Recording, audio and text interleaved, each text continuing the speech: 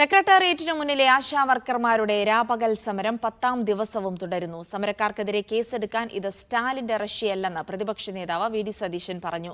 ഇന്നലെ കുടിശ്ശിക ഓണറേറിയം അനുവദിച്ച് ഉത്തരവിറക്കിയിരുന്നെങ്കിലും തുക അക്കൗണ്ടുകളിലേക്ക് എത്തിത്തുടങ്ങിയിട്ടില്ല. മുഴുവൻ ആവശ്യങ്ങളും അംഗീകരിക്കുന്നതുവരെ സമരം തുടരുമെന്നാണ് ആശാവർക്കർമാരുടെ നിലപാട്. കുടിശ്ശിക ഓണറേറിയം തുക അനുവദിച്ച് ഉത്തരവിറക്കിയത് സമരത്തെ ദുർബലപ്പെടുത്താനാണെന്ന് സമരസമിതി വിലയിരുത്തുന്നു. നാളെ നടക്കാനിരിക്കുന്ന മഹാസംഗമം വലിയ വിജയമാക്കാനുള്ള ഒരുക്കങ്ങളിലാണ് സമരപന്തൽ. ഇത് ഞങ്ങളുടെ നാളത്തെ മഹാസമരത്തെ പൊളിക്കാനുള്ളൊരു തന്ത്രമായിട്ടേ കാണുന്നുള്ളൂ. കാരണം ഇത് ഇട്ടു എന്ന് വെച്ച് കുറച്ച് ആശമാരെ വരാതിരിക്കുക. പക്ഷേ ഇട്ട് കഴിഞ്ഞാൽ വളരെ നല്ല കാര്യമാണ്. ആ പൈസ വണ്ടിക്കൂലി എടുത്ത് ആശമാർ ഇവിടെ എത്തുമെന്ന് വിശ്വസിക്കുന്നു. പിന്തുണ പ്രഖ്യാപിച്ചെത്തിയ പ്രതിപക്ഷ നേതാവ് വി.ഡി. സതീശൻ സമരപന്തലിൽ വലിയ ആവേശമുണ്ടാക്കി.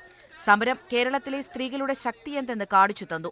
സമരം അനാവശ്യമാണെന്ന് പറഞ്ഞ ആരോഗ്യമന്ത്രിയെയും സമരക്കാർക്കെതിരെ കേസെടുത്തതിന് മുഖ്യമന്ത്രിയെയും പ്രതിപക്ഷ നേതാവ് കടുത്ത ഭാഷയിൽ വിമർശിച്ചു. സെക്രട്ടേറിയറ്റിന്റെ മുന്നിൽ സമരം ചെയ്തതിന് ഇതിന്റെ നേതാക്കളോട് പോലീസ് സ്റ്റേഷനിൽ ഹാജരാകാൻ പറയും. എനിക്ക് മുഖ്യമന്ത്രിയോട് പറയാനുള്ളത് ഇത് സ്റ്റാലിന്റെ റഷ്യയല്ല, ഇത് നമ്മുടെ കേരളമാണ്. മുഖ്യമന്ത്രിയോടും ധനമന്ത്രിയോടും ആരോഗ്യമന്ത്രിയോടും വിഷയം സംസാരിക്കുമെന്ന് പ്രതിപക്ഷ നേതാവിന്റെ ഉറപ്പ്. 3 മാസത്തെ ഇൻസെന്റീവ് തുക ഇനിയും വിതരണം ചെയ്തിട്ടില്ല. ഓണറേറിയം വർധനവടക്കം നിരവധി ആവശ്യങ്ങൾ ഇനിയും പരിഹരിക്കേണ്ടതുണ്ട്. മീഡിയ 1 തിരുവനന്തപുരം.